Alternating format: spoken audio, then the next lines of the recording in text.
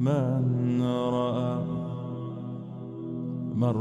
رأى وجهك يسعد يا كريم الوالدين حوضك الصافي المبارد وردنا يوم النشور. أعوذ بالله من الشيطان الرجيم. بسم الله الرحمن الرحيم. الحمد لله رب العالمين والصلاة والسلام على رسول الله وعلى آله وصحبه أجمعين. أما بعد. Assalamu alaikum wa rahmatullahi wa barakatuh. Wir werden heute inshallah nicht einen Namen Allah subhanahu wa ta'ala versuchen zu erklären. Wir werden in dem jetzigen Unterricht und die darauf folgenden Unterrichte 5 Namen Allah subhanahu wa ta'ala versuchen zu erklären. Und zwar, wisst ihr, gehen wir der Reihe nach von Surah Hashr, 23. Vers. Und jetzt sind wir bei dem Namen Al-Khaliq angekommen. Und Al-Khaliq ist der Schöpfer. Aber von den Asma'ul Husna Allah subhanahu wa ta'ala gibt es mehrere Namen, die die gleiche Bedeutung oder ich sag mal auf die Schöpfung Allahs hinweisen. Und die werden wir alle gleichzeitig jetzt hier behandeln, inshallah. Und zwar der Name Al-Khaliq bedeutet der Schöpfer. Al-Bari, ebenfalls der Schöpfer. Al-Musawwir, der Gestalter. Als nächstes Al-Fatir, werden wir behandeln. Al-Falik ist nicht ein Name, sondern eine Eigenschaft Allahs. Und Al-Badi' von Allah subhanahu wa ta'ala werden wir behandeln. Wenn ihr auf die Namen schaut, zum Beispiel in den Me'allar, in den Übersetzungen wird zum Beispiel Al-Badi' als Schöpfer übersetzt. Al-Bari wird zum Beispiel als Schöpfer übersetzt. Oder Al-Khaliq wird auch als Schöpfer übersetzt. Aber diese unterscheiden sich. Es ist so, Al-Khaliq ist dieser Dachname, ich sag mal dieser Oberbegriff von der Schöpfung Allahs. Und die anderen Namen, die danach kommen, wie Al-Bari, Al-Musawwir, Al-Badi, Al-Fatir, sind Namen, die den Namen Al-Khaliq ausführlicher erklären oder in anderen Bereichen der Schöpfung Allahs wieder reflektieren und diese wieder sichtbar werden. Deswegen werden wir versuchen, ich habe das für angebracht gehalten, dass wir diese Namen zusammen behandeln, weil wenn wir im nächsten Unterricht dann den Tawhid und die Schöpfung behandeln, werden auch wieder alle diese Namen vorkommen. Und wenn wir darauf die Folgen der Mensch und danach die Himmel und die Erde, wie die erschaffen worden sind, behandeln, werden wir immer wieder auf diese unterschiedlichen Namen treffen. Also wir werden nicht nur auf Al-Khaliq treffen, wenn es um Himmel und Erde geht, wir werden auch auf Al-Fatir stoßen und auf Al-Badi' stoßen. Deswegen sind diese Themen, die so miteinander hineingehen, deswegen ist es, glaube ich, am angebrachtsten, wenn wir diese zusammen behandeln. Ich glaube, auch für das Verständnis wäre es sinnvoller, wenn wir das gemeinsam behandeln, inshallah. Der erste Name, damit wir überhaupt verstehen, dieser Unterricht soll eigentlich eine Einleitung sein, eher was Lockeres, damit wir überhaupt verstehen, was bedeuten denn diese Namen, was sind die Unterschiede in den Namen Al-Khaliq, Al-Bari, Al-Musawwir. Werden wir jetzt mal kurz auf diese ganzen Namen eingehen und sagen, was bedeuten die, worin unterscheiden sie sich überhaupt und wo reflektieren sie sich eigentlich. Al-Khaliq ist Name und Eigenschaft Allahs, gehört zu den Asma'ul Husna. Al-Khaliq und dann gibt es noch ein Al-Khallaq. Al-Khaliq und Al-Khallaq stammt von der Wortwurzel Khalaqa, Khalq. Und diese Khaliq, Al-Khaliq, hat 3 Bedeutungen. Die erste Bedeutung ist, dass Allah alles aus dem Nichts erschaffen hat. Eine Sache, die vorher nicht existiert hat, überhaupt gar nicht vorhanden war, hat Allah erschaffen. Yani Al-Khaliq, derjenige, der aus dem Nichts erschaffen hat. Allah sagt im edlen Koran, Allahu khaliqu kulli shay'in wa huwa ala kulli shay'in wakil. Allah ist der Schöpfer von allen Dingen, er hat nämlich alle Dinge erschaffen aus dem Nichts und er ist der Wakil, der Halter von all diesen Dingen, sagt Allah subhanahu wa ta'ala. Und wenn im edlen Koran Al-Khaliq vorkommt oder Khaliq in Bezug zu Allah, auf Allah bezogen, subhanahu wa ta'ala, dann hat es immer diese Bedeutung, dass Allah aus dem Nichts erschaffen hat. Eine weitere Bedeutung von Khaliq ist eine Sache, die bereits existiert, eine Substanz, eine Sache, die gibt es schon, diese aber umzuformen, umzugestalten, eine andere Epoche zu bringen, nennt man auch Khaliq. Warum? Isa a.s. im Koran steht geschrieben, Isa sagte, أني أخلق لكم من الطير كهيئة الطير فأنفخ فيه فيكون الطير بإذن الله. Er sagt, seht, ich erschaffe für euch aus Ton die Gestalt eines Vogels und werde in sie hauchen und sie sollen mit Allahs Erlaubnis ein Vogel werden. Und Isa sagt, Inni akhluqu, ich erschaffe. Aber damit ist nicht gemeint, ich erschaffe aus dem Nichts, wie es Allah gebührt, der aus dem Nichts erschafft. Hiermit heißt es, eine Sache, die gibt es, diese Ton gibt es, er macht da nur eine Gestalt draus, formt es um und in eine andere Epoche wird sie gestellt. Deswegen, Khaliq hat auch diese Bedeutung. Aber für Allah subhanahu wa ta'ala wird nur die erste benutzt, und zwar die, dass Allah aus dem Nichts erschafft. Die dritte ist, eine Bedeutung von Khaliq ist, eine Sache erdichten. Eine Sache, die es nicht gibt, sich ausdenken einfach. Aus dem Nichts ausdenken, sich eine Sache einfach erdichten. Dies sagt Ibrahim a.s. zu seinem Volk, als sie die Götzen anbeten. Ibrahim sagt, Innama ta'buduna min dunillah awthanan wa takhluquna ifkan.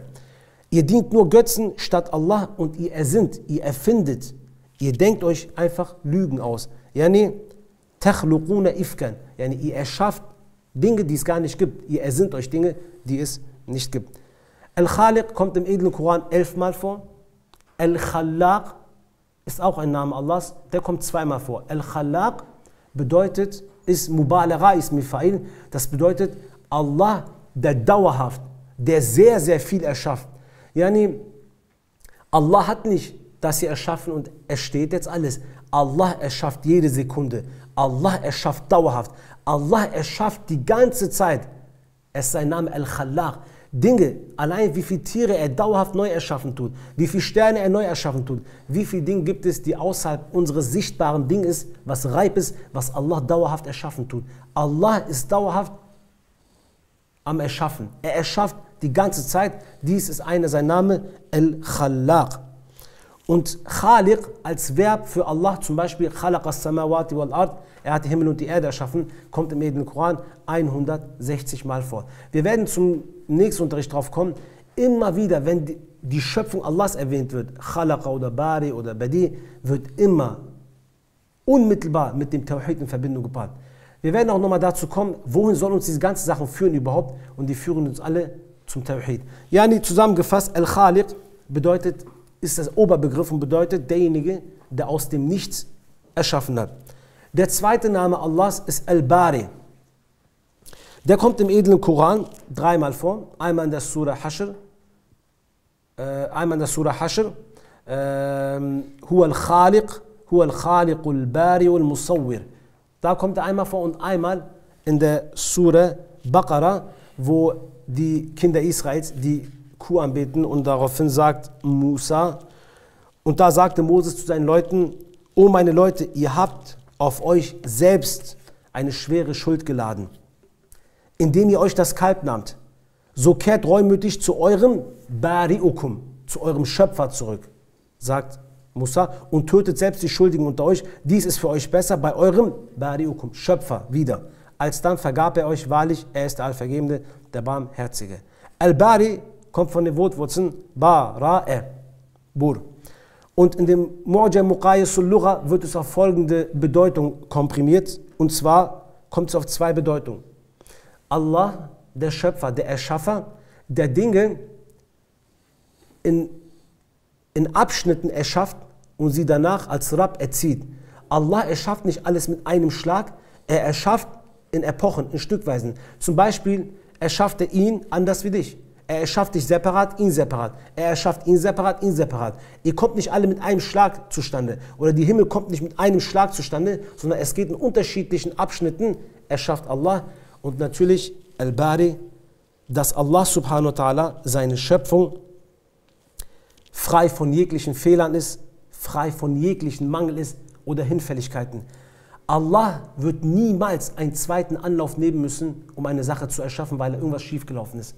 Allah subhanahu wa ta'ala, wenn er eine Sache erschafft, er muss nicht das nochmal machen, oder seine Schöpfung wird nicht hinfällig, weil irgendwas nicht mitbedacht worden ist. Eine Sache, die gekommen ist, die er nicht mitberechnet hat, sowas gibt es absolut nicht. Allah ist Al-Bari und seine Schöpfung ist frei von jeglichen Mängeln. Ich möchte euch ein Beispiel geben. Guck mal, damit ihr das mal versteht, und das sind simple Dinge, die wir vielleicht nicht bedacht haben. Mal angenommen, ein Schmied kommt und macht aus Stahl, aus der Substanz von Stahl, ist Metall, ist hier hart, eine Waffe oder ein Panzer. Daraufhin, die Substanz ist hier hart, fest, Metall, und ihr fasst diesen Panzer an, Der Panzer aber, der ist wie ein Blatt Papier, der fällt dann um. Gibt es sowas? Sowas unmöglich. Wenn du eine Sache aus Metall machst, dann ist die Sache auch hart. Die ist nicht weich, die ist nicht flauschig. Das gibt es nicht. Metall ist hart. Das ist die Substanz von Metall. Allah subhanahu wa ta'ala erschuf den Menschen aus Erde. Er erschuf den Menschen aus Erde. Und Allah sagt, خَلَقَهُ مِن تُرَابٍ ثُمَّ قَالَ لَهُ كُنْ فَيَكُونَ. Wir erschufen ihn aus Erde, dann sprachen wir sei und es wurde. Wenn ich jetzt auf meine Haut haue, kommt da Erde raus? Zerbröselt Erde aus meinem Körper die ganze Zeit? Unsere Substanz ist aus Erde erschaffen worden. Aber warum kommt nicht Erde raus? Warum, wenn ihr mich anfasst, kommt kein Tos, also Staub oder so? Warum? Das ist Allah, der Al-Bari ist. Wenn Allah subhanahu wa ta'ala erschafft, dann erschafft er perfekt. Er erschafft aus einer Substanz und lässt die Substanz perfekt angepasst werden. Wir wurden alle aus was erschaffen?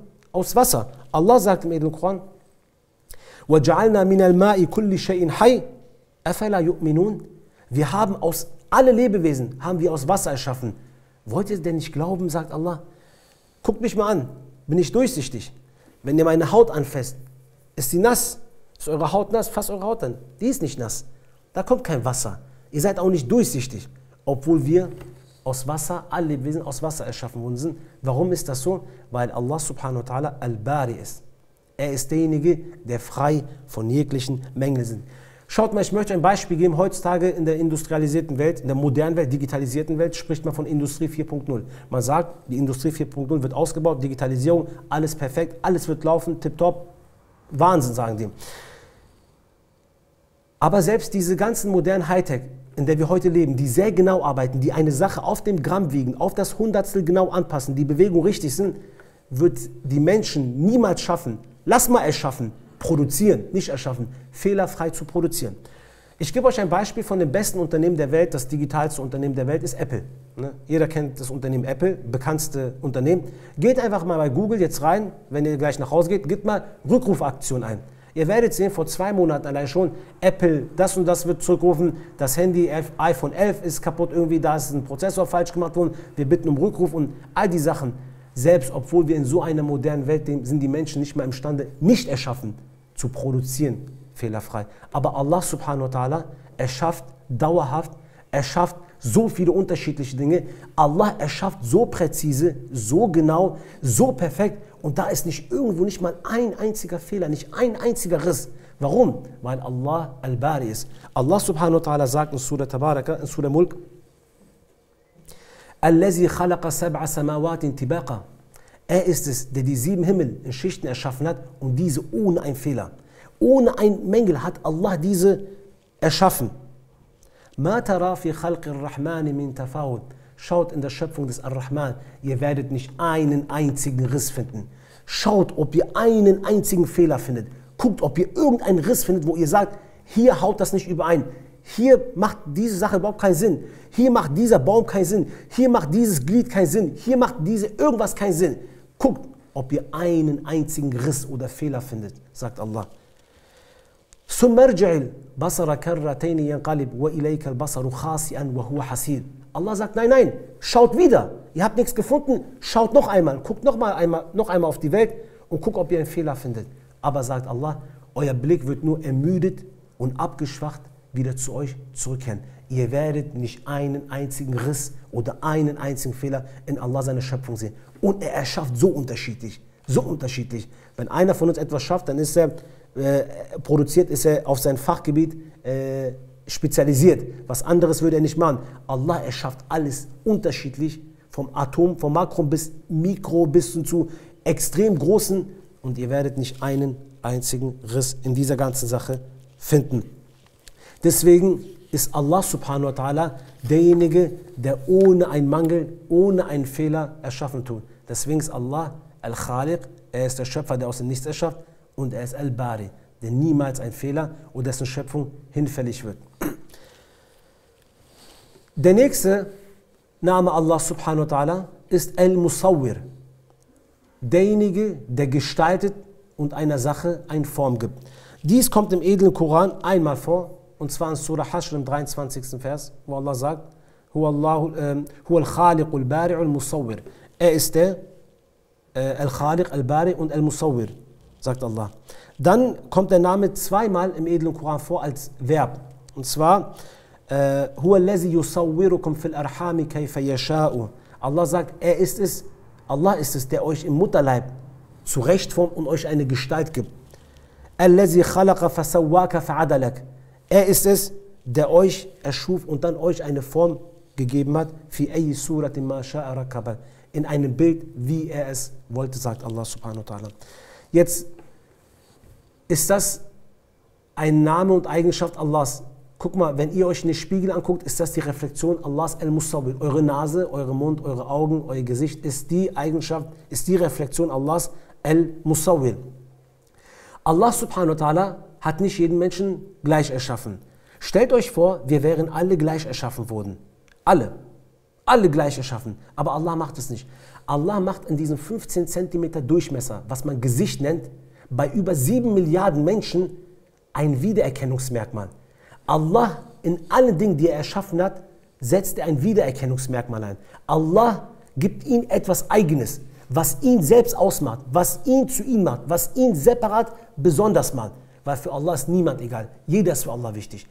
Auf diese 15 cm Gesichtdurchmesser hat Allah bei 7 Milliarden Menschen unterschiedliche Gesichter erschaffen, sodass ich vom Weiten erkennen kann, wer er ist, wer er ist, wer er ist. Selbst bei Zwillingen, wenn ihr genauer hinschaut, werdet ihr sehen, dass die sich irgendwo im kleinsten Detail sogar unterscheiden.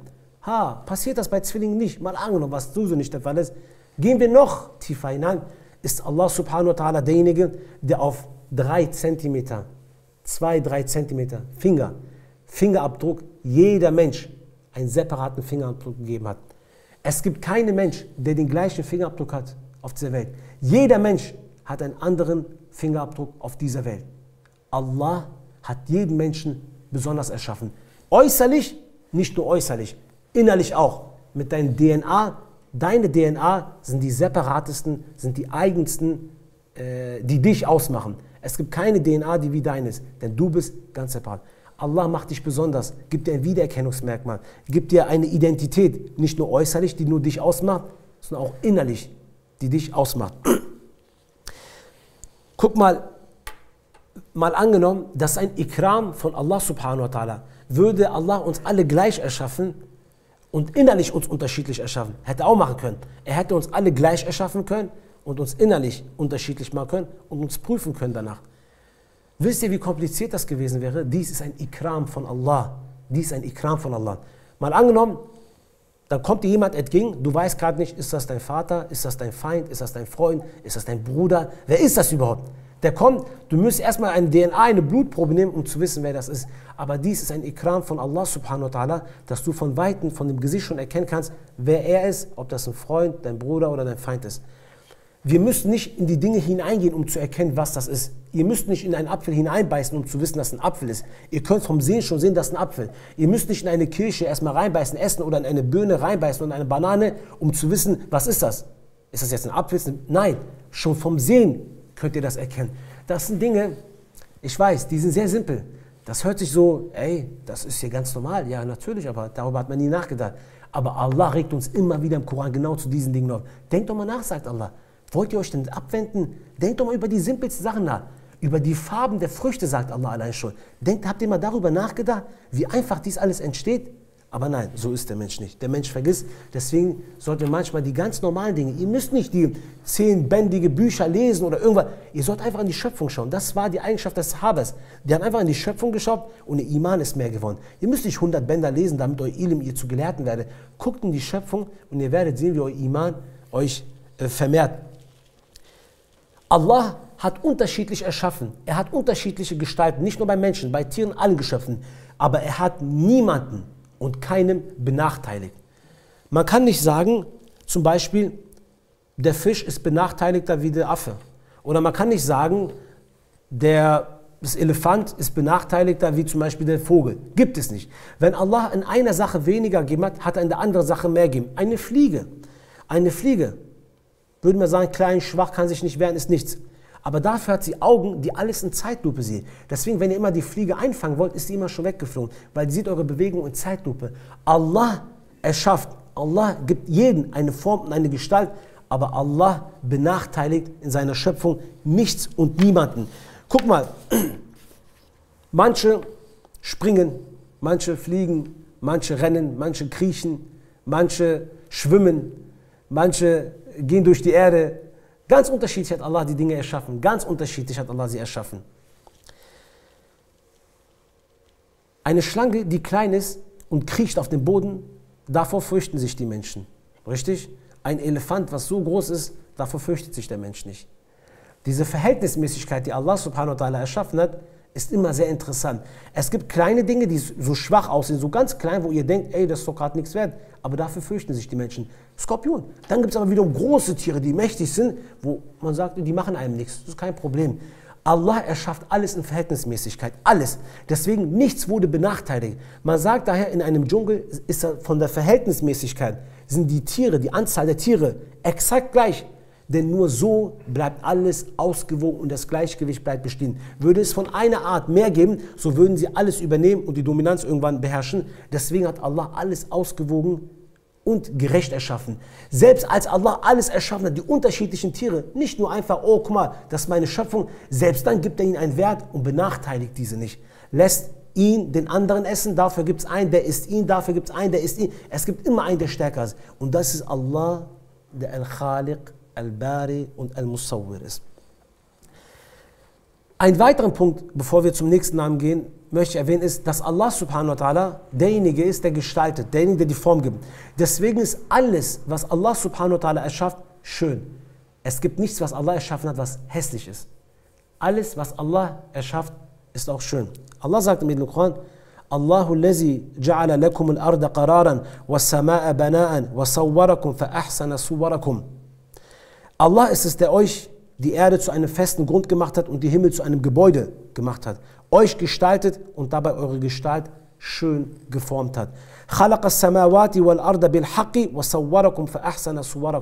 Allah, er ist es, der die Himmel und die Erde in Wahrheit erschaffen hat und euch gestaltet hat und euch eine schön geformt hat, euch schön gemacht hat. Und zu ihm werdet ihr alle zurückkehren. Nun, wenn jetzt ihr kommt und sagt, die oder der ist hässlich oder eine Sache ist hässlich, wobei es gibt nichts Hässliches, weil der Maler, der Architekt ist Allah subhanahu wa ta'ala. Aber wenn ihr sagt, da ist was hässlich, dann gibt es zwei Gründe dafür. Es gibt zwei Gründe, warum eine Sache hässlich ist. Das erste ist, eure Sicht ist verdreckt und verschmutzt. Das Problem ist, das Fenster, woraus ihr schaut, ist verdreckt. Deswegen sagt ihr, das Ding ist hässlich. Ihr müsst eure Ansicht ändern. Dann wird die Sache, die ihr jetzt hässlich seht, auf einmal sauber. Eure Sicht ist verdreckt. Deswegen ändert eure Sicht. Das zweite ist, warum eine Sache hässlich ist, wenn man eine Sache von seinem Platz nimmt und sie an einen Platz stellt, wo sie eigentlich gar nicht hingehört. Dann wird die Sache hässlich. Wenn Allah hat alles erschaffen, so wie es am besten ist. Allah hat alles richtig eingesetzt. Wenn jetzt der Mensch kommt und eine Sache nimmt von diesem Posten und stellt ihn irgendwo rein, wofür er gar nicht erschaffen worden ist, dann fängt er an, hässlich zu werden. Dann fängt er an, weil er für die Sache nicht erschaffen worden ist, sich hässlich zu machen und dann wird die Sache hässlich. Deswegen sind wir Muslime da, um die Sachen wieder auf die richtige Stelle zu bringen. Allah subhanahu wa ta'ala zum Beispiel ist der Gesetzgeber. Er hat das Recht, die Gesetze zu erlassen. Er ist der einzige Gesetzgeber. Und den Menschen gebührt es in dieser Sache, Allah zu gehorchen. Wenn der Mensch jetzt kommt, von ihm gehorchen, wegkommt und sich auf die Position von Allah stellt, Gesetz zu erlassen, dann hat er sich in eine Position gestellt, die ihm gar nicht gebührt. Das nennt man übrigens auch Zulm. Zulm ist eine Sache von seiner Position wegnehmen und in eine andere Stelle reinstecken. Ich kann zum Beispiel ein Kind nicht zu einem Emir nennen. Das wäre Zulm. Wenn ich Allah zum Beispiel gegenüber Schirk begehe, dann habe ich das Recht Allahs, eine Sache, die nur Allah gebührt, entfernt und wen anders dahingestellt. Statt Allah anzubeten, bete ich was anderes an. Das ist Zulm. Wenn man eine Sache von seiner Stelle, von seiner Position, wo sie hingehört, nimmt und woanders hinstellt, das ist Zulm und das ist hässlich. Deswegen ist die Aufgabe des Muslims auf dieser Dunya, die Dinge, solange er lebt, immer wieder auf die richtige Position zu stellen. Sei es das Recht Allahs oder im alltäglichen Leben oder egal wo. Deswegen sagt der Prophet, wenn ihr Müll auf der Straße seht, hebt diesen Müll auf und werft es weg. Das ist die niedrigste Stufe des Imam. Das ist das Mindeste, was ein Muslim eigentlich machen muss, weil der Müll gehört nicht auf die Straße.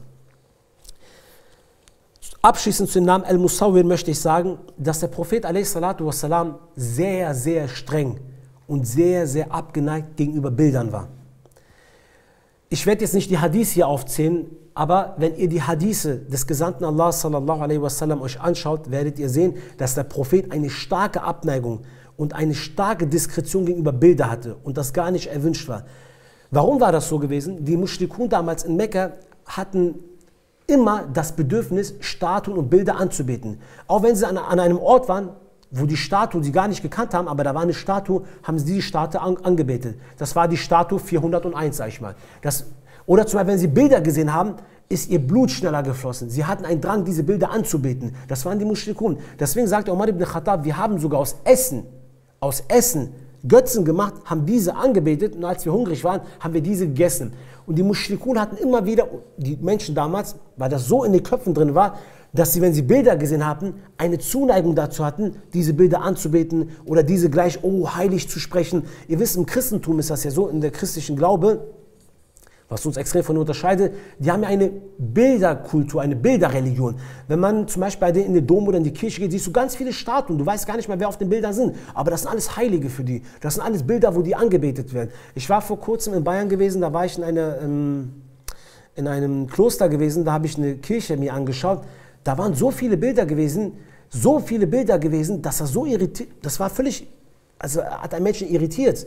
Und da war eine Frau, die war da und hat dann diese Bilder angeschaut und hat zu den Bildern gebetet. Das ist zum Beispiel das Christentum. Und so waren die Mushrikun damals auch gewesen. Wenn sie Bilder gesehen haben, Statuen gesehen haben, was damals ja nicht häufig war, Bilder, haben sie einen Drang gehabt, diese anzubeten. Und der Prophet hat eine extreme Abneigung, eine extreme gegenüber Bilder gehabt. Und sagt daher, wenn jemand ein Bild malt, der wird im Jenseits, Allah wird ihn packen und sagen, hauch diesem Bild, hauch diese Statue jetzt eine Seele ein. Und wenn du das nicht machst, wird Allah dich dafür mit der Hölle bestrafen. Die Hikmet dahinter, vielleicht auch, warum man Bilder, also eine extreme Abneigung hat und ein Muslim diese Bilder, zum Beispiel Bilder nicht zu Hause aufhängen sollte, keine Bilder jetzt irgendwo groß machen sollte. Wir achten ja auch darauf, dass unsere Moscheen keine Bilder beinhalten. Ein Hikmet vielleicht dahinter ist, weil man einen Moment verewigt. Mit einem Bild verewigst du einen Moment, du hältst einen Moment fest. Und das widerspricht ein bisschen der gesamten Schöpfung Allahs. Alles ist in Bewegung, alles. Der Mensch ist in Bewegung, die Himmel ist in Bewegung, die Wolken bewegen sich, die Berge bewegen sich, die Erde dreht sich um die Sonne dreht sich, das Weltraum dehnt sich aus. Alles bewegt sich und Allah ist Al-Khallaq, der dauerhaft erschafft. Allah erschafft die ganze Zeit, dauerhaft. Aber du kommst und frierst ein Bild ein. Dies widerspricht die gesamte Schöpfung. Der zweite Punkt ist, man reduziert ein Bild auf das Äußere. Wenn man, und das sehen wir heute sehr stark, Dinge, wo man vielleicht gar nicht darüber nachgedacht hätte damals, wenn man ganz viele nur Bilder sieht, Bilder, irgendwann reduziert man das alles auf das Äußere. Man sieht nur noch das Äußere, das Innere spielt keine Rolle mehr.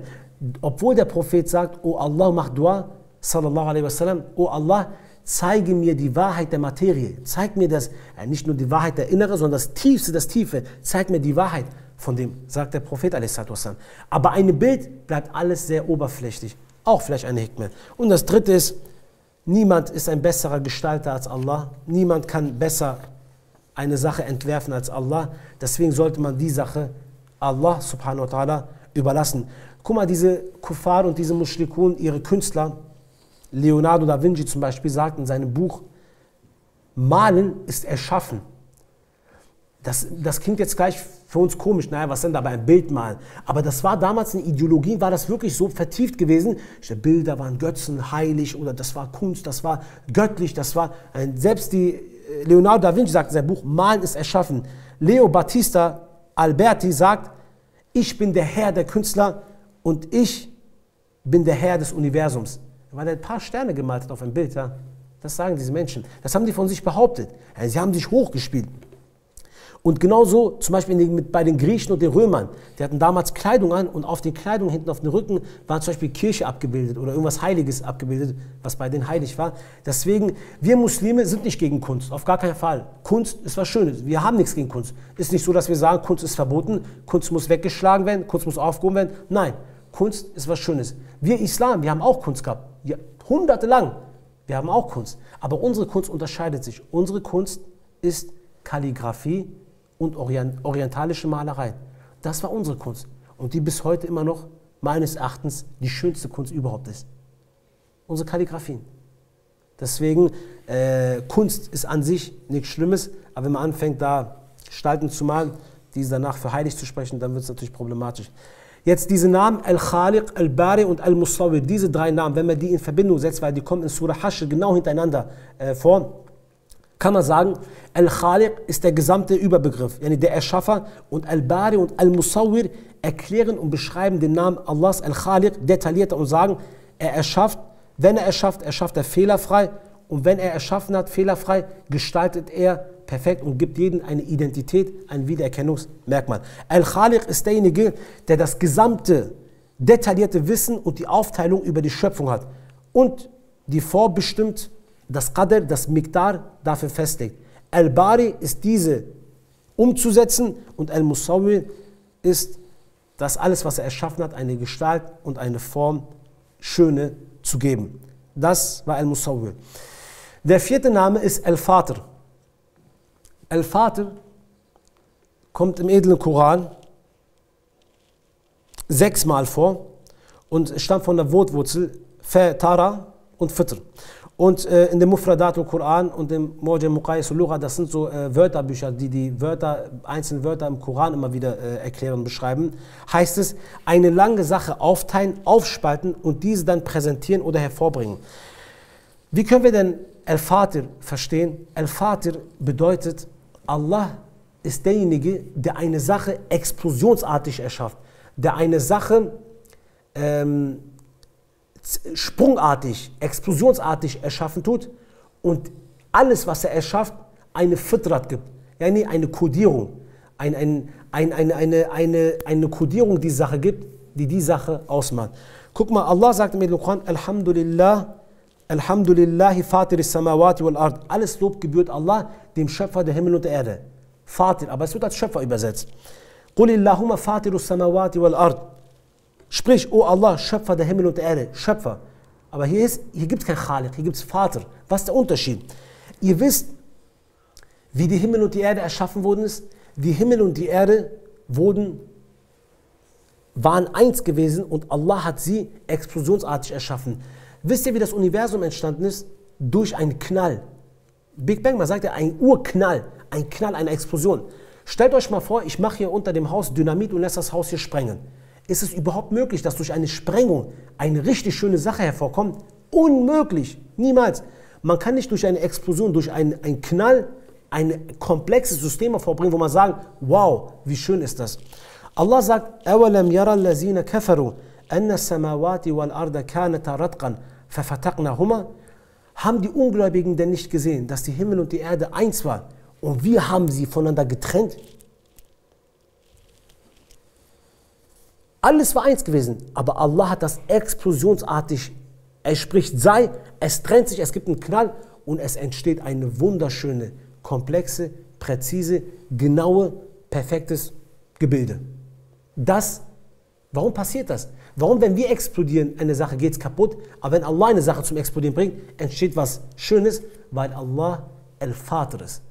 Deswegen, das ist sein Name, Al-Fatir. Deswegen ist das so. Eine Eigenschaft von Allah subhanahu wa ta'ala ist Al-Falik, nicht Al-Fatir, Al-Falik. Das ist eine Eigenschaft Allah, nicht ein Name, sondern eine Eigenschaft Allahs. Und dies bedeutet derjenige, der das Kern und die Körner keimen lässt. Ein Kern und Korn explodieren lässt. Allah sagt, Inna Allahe faliqul habbi wal nawa. Wa yukhrijul hayya min al-mayyiti wa yukhrijul mayyita min al-hayyi. Dhalikumullah fa anna tu'fakun. Wahrlich, Allah ist es, der das Korn und die Kerner keimen lässt. Er bringt das Lebendige aus dem Toten hervor und er ist es, der das hervorbringt, das Tote aus dem Lebendigen hervorbringt. Das ist Allah. Warum lasst ihr euch davon abwenden, sagt Allah. Jetzt Tomaten, Äpfel, alles hat ein Korn. Wenn ihr fragt, wie ist alles entstanden, Getreide, alles. Alles, ihr setzt immer ein Kern oder ein Korn in die Erde. Das ist Voraussetzung, immer. Alles hat Körner. Das setzt ihr in die Erde. Dann muss dieses Kern platzen und dann entsprießt das daraus und dann entstehen die ganzen Sachen. Allah ist Al-Faliq. Er ist derjenige, der genau dieses Korn... Warum explodiert das überhaupt? Muss nicht sein. Das kannst du auch hier hinlegen, passiert nichts. Aber Allah macht es, dass es irgendwann sich aufspaltet und dann kommt das raus. Warum spaltet sich das überhaupt auf? Warum kommt das überhaupt da raus? Weil Allah Al-Fatir ist und die Kodierung da reingeschrieben hat. Ich gebe euch ein Beispiel. Allah sagt hier, deswegen ist es gut, dass wir die Verse richtig verstehen. Er ist es, der aus dem Lebendigen das Tote aus dem Lebendigen hervorholt. Allah lässt aus einem Kern einen Apfelbaum entstehen. Aus dem Toten lässt er etwas Lebendiges entstehen. Dann nimmst du den Apfel, es kommen Früchte, du beißt den Apfel rein. Du isst ihn zu Ende, am Ende bleibt das Innere mit den Kernen. Ne? Ihr kennt das ja mit diesem Stiel und dann diese Kern. Was macht der Mensch? Jetzt hat er es aufgegessen, das Ding ist für ihn tot. Er nimmt es und schmeißt einfach weg. Für ihn Müll wert. Das, was für dich Müll wert ist, daraus wird wieder ein Baum. Daraus entsteht ein Baum mit über 150 Früchten wieder dran. Das, was für dich keinen Wert hat, keinen Müll hat. Was sagt Allah? Wir sind es, die aus dem Toten das Lebendige, aus dem Leben das Tote wieder hervorbringen. Allah ist es. Das, was für dich tot und wertlos ist, eine Kern, ja, ist für dich Müll, werfst du weg, werfst du dahin. Aber das, was für dich Müll ist, lässt Allah wieder lebendig werden und zieht es so. Wenn du nächstes Mal dein iPhone aufgebaut hast, werf mal dein iPhone weg. Guck mal, ob ein iPhone-Baum entsteht. Werf mal dein iPhone in irgendeine Elektrokiste und guck mal in der Hoffnung, dass irgendwo ein iPhone entsteht. Gibt es sowas? Das gibt es nicht. Das gibt es nicht. Der Mensch kann nicht eine Sache, wenn ich dieses Holz jetzt wegschmeiße, dass irgendwie neues Holz entsteht. Gibt es sowas? Gibt es nicht. Ganz normal, ne? Logisch, oder? Völlig logisch eigentlich. Und Allah sagt genau in diesem Vers zum Schluss, warum lasst ihr euch abwenden, o ihr Menschen? Ja, ist eigentlich ganz logisch, ne? Wenn ihr das macht, wird es nicht, aber wenn ich das mache, wenn es meine Sache ist, dann wird es. Warum lasst ihr euch abwenden von den ganzen Sachen, sagt Allah? Warum? Das macht doch keinen Sinn. Jetzt würde jeder zu mir sagen, Azad, du sagst hier Dinge, die 1 + 1 = 2, das ist so Kindergartenniveau eigentlich. Es macht doch völlig Sinn, was du sagst. Ja, aber Allah sagt genau das. Genau, seht ihr das denn alles nicht? Warum lässt ihr euch abwenden von den ganzen Sachen? Mit welcher Begründung? Dahinter steckt doch kein Sinn. Dahinter steckt nichts, gar nichts, sagt Allah. Allah ist es, der diese ganz Mini-Kern programmiert hat. Und da ist so eine Kodierung drin nachher, dass dieser Baum entsteht. Ein großer Baum, dann die Blätter, dann die Frucht nimmt eine andere Farbe an, dann fällt sie ab und sie kommt wieder. In so einem kleinen Kern ist so eine Kodierung drin. Wenn du einen Apfelkern wegschmeißt, wird niemals ein Birnbaum entstehen. Wenn du einen Kern von einer Birne nimmst, wird niemals ein Pflaumenbaum entstehen. Niemals. Alles hat seine Fitrat. Du kannst die Fitrat nicht verändern. Du kannst die Fitrat, diese Kodierung, niemals verändern. Soll der Mensch, doch wenn er so weit ist, soll er es schaffen, diese Kodierung vom Apfel rauszunehmen, irgendwo aufzuschreiben und was Ähnliches zu machen, sodass er das wegschmeißt und auch sowas entsteht. Soll doch, wenn der Mensch das kann, soll er das doch machen. Wird er nicht schaffen. Er ist nicht Al-Fatir. Soll er die Kodierung rausschreiben? Wie will er das denn machen? Die sind doch heute alle so fortgeschritten. Holt euch die Kodierung raus. Alles ist kodiert. Allah hat diesen genetischen Code in allen Dingen festgesetzt. Ganz simpel, mach. Kriegst du nicht hin. Du schaffst es einfach nicht. Wird auch niemals klappen. Deswegen, und weil Allah die Kodierung festgeschrieben hat, sagt Allah auch zu Menschen, Fitrat Allahi fatara nasi alayha, la tabdila li khalqillah. Allah hat den Menschen auf eine Fitrat erschaffen und diese Fitrat, in der Schöpfung Allahs, wird sich diese nicht ändern. Und die Fitrat ist Tawhid. Egal was ihr macht, tief im Inneren ist der Tawhid drin. Tief im Inneren ist der Vertrauen zu Allah drin. Tief im Inneren weiß der Mensch, dass er von Allah subhanahu wa ta'ala erschaffen worden ist. Deswegen, jedes Kern hat ein Potenzial, unterschätzt das nicht. Aus einem Samentropfen entsteht ein Mensch. Aus einem Korn steht ein Baum mit Früchten. Aus einer, ich sag mal, biochemischen Waffe, die klein ist, vielleicht nicht mal Zentimeter Durchmesser hat, gibt es so eine heftige Explosion, so eine große Explosion. Das ist das Potenzial des Kerns. Allah legt den genetischen Code in den Kern fest und das ist Allah, der Al-Fatir ist.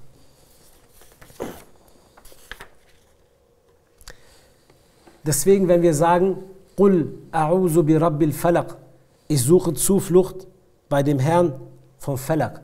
Falaq ist Morgengrauen, der Tagesanbruch. Warum der Morgengrauen? Warum der Tagesanbruch?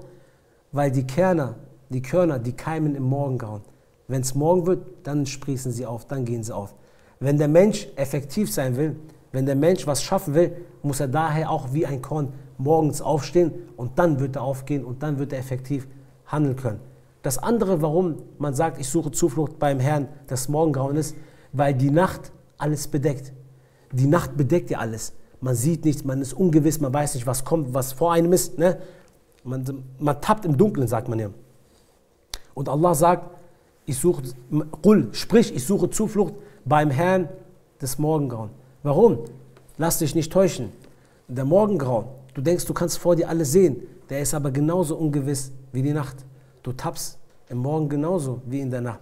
Du weißt nicht, was dich in den nächsten 5 Minuten erwartet. Deswegen, sprich, A'udhu bi Rabbil Falaq. Ich suche Zuflucht beim Herrn des Morgengrauen. Und deswegen ist, wenn ein Kafir manchmal einen besseren Charakter hat wie ein Muslim, liegt es daran, weil seine Fitrat noch nicht so extrem beschmutzt ist, dass er die nicht bedeckt hat mit mehreren Lagen. Manchmal gibt es ja Kuffar, die haben einen besseren Achlaq wie ein Muslim. Der hat nichts gemacht, aber der gibt, der ist gnädig, der ist barmherzig, der ist nett, der ist höflich, nachsichtig. Dies ist, weil die Fitrat von ihm noch nicht verdreckt ist und überdeckt ist. Der letzte Name von Allah subhanahu wa ta'ala ist Al-Badi'. Wir haben jetzt Al-Khaliq, Al-Bari, Al-Musawwir, Al-Fatir und die Eigenschaft Al-Faliq. Jetzt kommt der Name Al-Badi'. Al-Badi' stammt von der Wortwurzel Bada'a und davor kommt auch das Wort Bid'a. Bid'a ist ja eine Erneuerung, eine Sache, die es vorher nicht gegeben hat, neu irgendwo einführen. Und Al-Badi' für Allah subhanahu wa ta'ala benutzen bedeutet, Allah ist es, der ohne ein Werkzeug, ohne Zeit, ohne Raum, ohne eine Substanz, ohne ein Grundfundament, ohne dass es vorher ein Bild, ein Muster, irgendwas gab, wo Allah sich hätte dran richten können, eine Sache zum ersten Mal erschafft. Das ist Al-Badi'. Es gibt das Wort Bada'a hinten mit Elif und dann gibt es Bada'a mit Ein. Bada'a mit Elif, das sagt man zu jedem. Zum Beispiel, du hast mit der Arbeit begonnen. Dann sagst du, ich habe mit der Arbeit begonnen, da benutzt man das Wort Bada'a mit Elif hinten. Eine Sache angefangen, neu angefangen, Bada'a. Aber Bada'a benutzt man nur für Allah, weil der Anfang von allem ist einzig und allein Allah subhanahu wa ta'ala. Allah sagt, Badi'u samawati wal ard, anna yakunu lahu waladun, wa lam takun lahu sahibatu. Der Schöpfer der Himmel und der Erde ist Allah. Wollt ihr ihn? Wie sollte er einen Sohn haben, wo er keine Gefährten hat und wo er alles erschaffen hat und alle Dinge kennt, sagt Allah. Allah ist es, der die Himmel und die Erde zum allerersten Mal erschaffen hat. Er ist derjenige, der alles zum allerersten Mal erschaffen hat. Dieser Anfangsding, ohne aber vorher ein Muster gehabt zu haben, ohne ein Bild gehabt zu haben. Ein Mensch zum Beispiel, wenn er eine Innovation, eine Sache neu entwickelt, dann gibt es immer, er richtet sich an etwas. Du kannst dir niemals etwas ausdenken, was noch nie oder woran du dich nicht lehnst oder woran du dir keinen Maßstab hast. Alles, was du tust oder entwickelst oder erschaffst, setzt du dir irgendwo fest. Du gehst ja von einem Bezugspunkt aus. Das, was du gesehen hast, was du gehört hast, was du gelernt hast, all diese Dinge, davon gehst du ja aus, von einem Bezugspunkt. Aber Allah subhanahu wa ta'ala, wenn er eine Sache erschaffen tut, für ihn gibt es keinen Bezugspunkt. Er erschafft und das gab es vorher noch nie. Es gab vorher nicht so etwas Ähnliches, es gab vorher kein Beispiel, es gab gar nichts. Er ist Al-Badi', der eine Sache zum allerersten Mal erschaffen tut. Deswegen, wir werden im nächsten Unterricht drauf kommen, der Tawhid und Al-Badi'. Aber eine Sache, wenn ihr zum Beispiel draußen schaut und ihr findet Dinge schön, ihr findet, keine Ahnung, alles schön. Häuser, Auto, egal was es ist, auch weltliches Gold, Diamanten, die Umwelt, alles, egal was schön ist, alles was ihr seht, denkt mal dran. Der Anfang, der alles erschaffen hat, derjenige, der all dieses am Anfang überhaupt, dass es bis zu hier kam, erschaffen hat, ist Allah. Wenn ihr eine Sache bewundern wollt, dann bewundert Allah. Wenn ihr eine Sache schön findet, dann bedankt euch bei Allah, macht Shukr zu Allah. Das ist genauso wie Musa a.s. ist durch das Wasser gegangen. Das Wasser hat sich aufgespalten. Ibrahim a.s. ist ins Feuer gesprungen. Das Feuer ist ausgegangen. Sollen wir jetzt das Feuer und dem Wasser danken und sagen, oh Wasser, oh Feuer, gut, dass es euch gab? Nein, man geht zu dem, der das gemacht hat, das ist Allah. Allah hat all diese Dinge erschaffen. Er ist der Anfang, der all die Sachen erschaffen hat. Deswegen alles Schöne, alles was ihr seht, ist schön. Deswegen man sagt ja, wenn ein Bild schön ist, dann bewundert man nicht das Bild, natürlich die Schöpfung, aber man will wissen, wer ist dieser Maler. Dieser Maler verdient diesen Dank. Nicht derjenige, der das hier aufgehangen hat. Der Maler, der dieses Potenzial hatte, dieses Ding hervorzubringen. Und Allah ist es, der all die Sachen hervorgebracht hat, ohne ein Beispiel, ohne ein Misal, ohne ein sonst was. Deswegen, wenn ihr jemanden danken wollt, wenn ihr euch vor jemanden verbeugen wollt, dann ist es ohne Frage Allah subhanahu wa ta'ala. Kurz zu Bidat. Bidat ist ein Thema, was heutzutage leider sehr falsch verstanden wird, sehr falsch.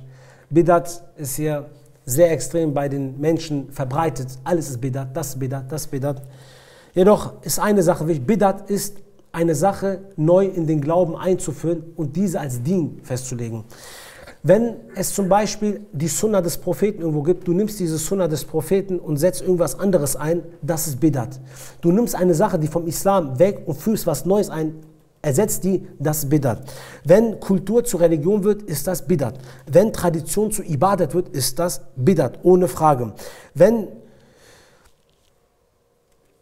man das, was eigentlich den Menschen zugeschrieben wird, Allah zuschreibt und das, was man eigentlich Allah zuschreibt, den Menschen zuschreibt, dann ist das Bidat. Deswegen sagen wir heute, die größte Bidat ist, dass man sagt, wählen ist Fars. Es gibt ja Menschen, die sagen, wählen ist Pflicht, ihr müsst wählen. Das ist mit Abstand die größte Bidat. Das ist Dalalet und diese Dalalet führt ins Nar. Ich möchte aber was sagen, es ist keine Bidat, wie die Menschen immer so glauben, wenn ich mein Tesbih nehme und mache Zikr. Es ist kein Bidat, wenn man Minaretten baut. Weil wenn all die Sachen Bidat sind, dann haben die Menschen, wenn jemand auf Bidat bei Tesbih hängen bleibt, bei Minare hängen bleibt, mit der Hose bis zum Knöchel hängen bleibt, dann hat der Bidat nicht ansatzweise verstanden. Der hat absolut dieses Bidat-Thema überhaupt nicht verstanden, ganz weit weg. Wenn das wirklich Bidat ist, dann hat Omar ibn Khattab die 20 Rakat Tarawih eingeführt. Osman ibn Affan hat die 2 Esan eingeführt. Damals sind die Bilal, als sie Esan gelesen haben, sind auf einen hohen Punkt gegangen. Heute haben wir Minaretten. Wenn das alles Bidat ist, was wir glauben, wenn die Menschen das sagen, da haben sie das Thema Bidat nicht ansatzweise verstanden. Nicht ansatzweise. Bidat ist eines Tages, es gibt ja, wir haben das Buch nicht gedruckt, aber es gibt ein Buch zum Beispiel, allein schon mit dem Zikr, weil das ist immer das übliche Thema, da darf man Tesbih machen. Wobei es gibt Überlieferungen zum Beispiel, dass einer des Sahabes zum Beispiel mit seinen Dattelkerner das Zikr gemacht hat. Manche haben es mit der Hand gemacht, manche hatten Steine, die es gemacht haben. Ganz unterschiedlich. Du führst dir nichts in die Religion ein. Die Sache gibt es hier schon in der Religion, die du machst. Du führst sie nur anders aus, erleichtert. Aber gut, ich möchte auf eine Sache kommen. Eines Tages sitzen die Sahabas in einer Moschee und die streiten über den Jenseits, über das Qadr. Und zwar, wann der Jenseits anbricht, wann das Jenseits anbricht. Ja? Und dann kommen die und diskutieren und wollen irgendwie festlegen, wann das ungefähr einbrechen könnte. Dann kommt der Prophet, richtig wütend, und sagt, was macht ihr da? Das ist Bidat und das ist Dalalet. Diese Dalalet führt ins Feuer. Das ist Bidat. Warum ist das Bidat? Versteht ihr, was unser Verständnis, also nicht unser, aber was das Verständnis des Propheten von Bidat ist und was diese heutigen Menschen glauben, Bidat zu sein, Tesbih. Da ging es darum, eine Sache, die nur bei Allah ist. In der Religion ist das fest, dass der Tag des jüngsten Gerichts nur dieses Wissen bei Allah ist. Wenn du jetzt kommst und versuchst irgendwo festzulegen, hast du eine Sache neu in die Religion eingeführt. Du hast eine Sache, die sowieso fest im Glauben war, umgeändert und neu eingeführt. Das ist Bidat.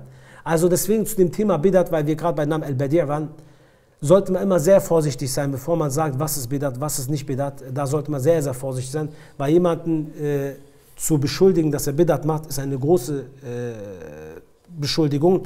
Und daher sollte man diesbezüglich auf jeden Fall vorsichtig sein. Nicht alles, was man hört, gleich wiederholen wie eine Kassette, wie ein Band. Das ist nicht der Fall.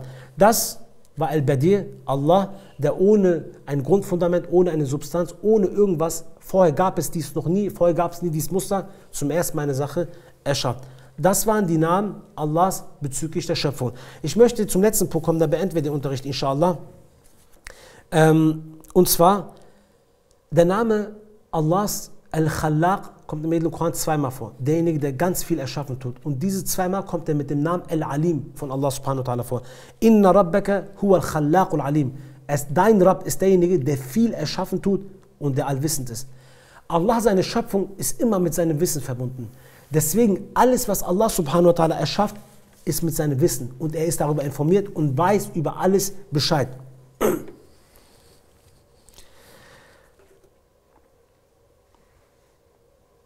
Wenn Allah, seine Schöpfung, alles mit Wissen ist,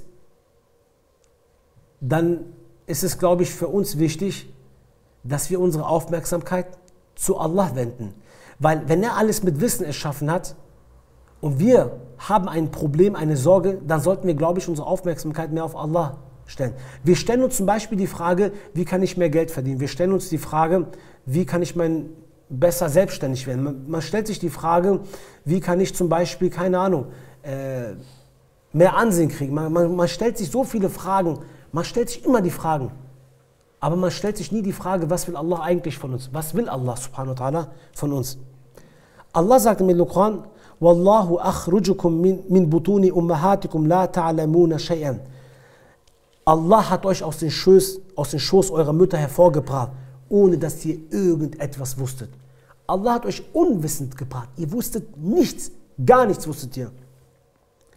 وَجَعَلَ لَكُمُ السَّمْعَ وَالْأَبْصَارَ وَالْأَفْعِدَ لَعَلَّكُمْ تَشْكُرُونَ. Dann gab er euch Ohren, Augen und ein Herz, auf das ihr denken möget, sagt Allah. Wenn ein Mensch eine Sache lernen will, wenn ein Mensch etwas lernen will, sind es genau diese 3 Punkte, die ein Mensch braucht, sagt Allah. Ohren, damit er hört, Augen, damit er sieht, ein Herz, mit dem er fühlt, damit er seine Gedanken mal sortiert und diese fühlt. So lernt ein Mensch. Jetzt kommt der Mensch und Allah hat alles erschaffen.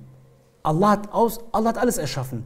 Die Leute kommen und fragen zum Beispiel, wie kann ich glücklich werden? Wie kann ich zum Beispiel mein Leben auf die Reihe kriegen? Wie kann ich meine Probleme lösen? Wie kann ich meine Kinder erziehen? Wie kann ich mit meinem Mann umgehen? Wie kann ich mit meiner Frau umgehen? Die ist problematisch. Wie kann ich mehr geben? All diese Fragen. Man stellt jedem die Frage, aber man stellt Allah nicht diese Frage.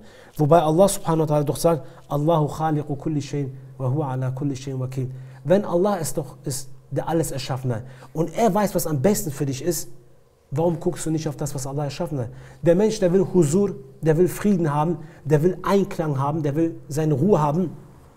Und er guckt überall, wie er das lösen kann. Er versucht hier das zu lösen und dies zu lösen. Aber würde er doch wissen, dass Allah das Husur auch erschaffen hat, er hat ja alles erschaffen, dann würde er sich an Allah wenden, würde sein Problem weniger werden. Du willst Rizq, weißt du nicht, dass Allah das auch erschaffen hat?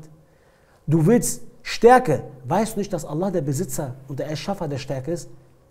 Du willst Frieden, weißt du nicht, dass Allah der Erschaffer von Frieden ist? Egal, was du möchtest. Wissen, weißt du nicht, dass alles bei Allah ist? Wenn ihr ein Problem oder eine Sorge, egal was habt, dann macht es Sinn, als erstes zu Allah zu gehen. Seine Schöpfung ist mit seinem Wissen verbunden. Er hat nichts sinnlos erschaffen. Er hat nichts fehlerhaft erschaffen. Wenn er eine Sache erschaffen hat, so wie es ist, dann hat das einen Grund. Dann kehrt zu Allah zurück. Geht zu ihm zurück und fragt. Und er wird euch antworten. Er hat nichts einfach so erschaffen, warum euch allein gelassen. Nein, er hat alles, was er erschaffen hat, mit seinem Wissen verbunden. Daher, egal was es ist, wenn ihr ein Problem, eine Sorge oder Frieden haben wollt, so fragt Allah, denn er ist der Schöpfer von alles. Nicht nur Lebewesen, er ist der Schöpfer von immateriellen Dingen. Allahu khaliqu kulli shayin wa huwa ala kulli shayin wakil. Das war's zum heutigen Unterricht. Wir werden im nächsten Unterricht, inshallah, Al-Khaliq, der Schöpfer und der Tawhid behandeln, inshallah. ندعو الله يجمعنا على كتاب الله وعلى شريعة رسول الله صلى الله عليه وسلم وآخر دعوانا أن الحمد لله رب العالمين.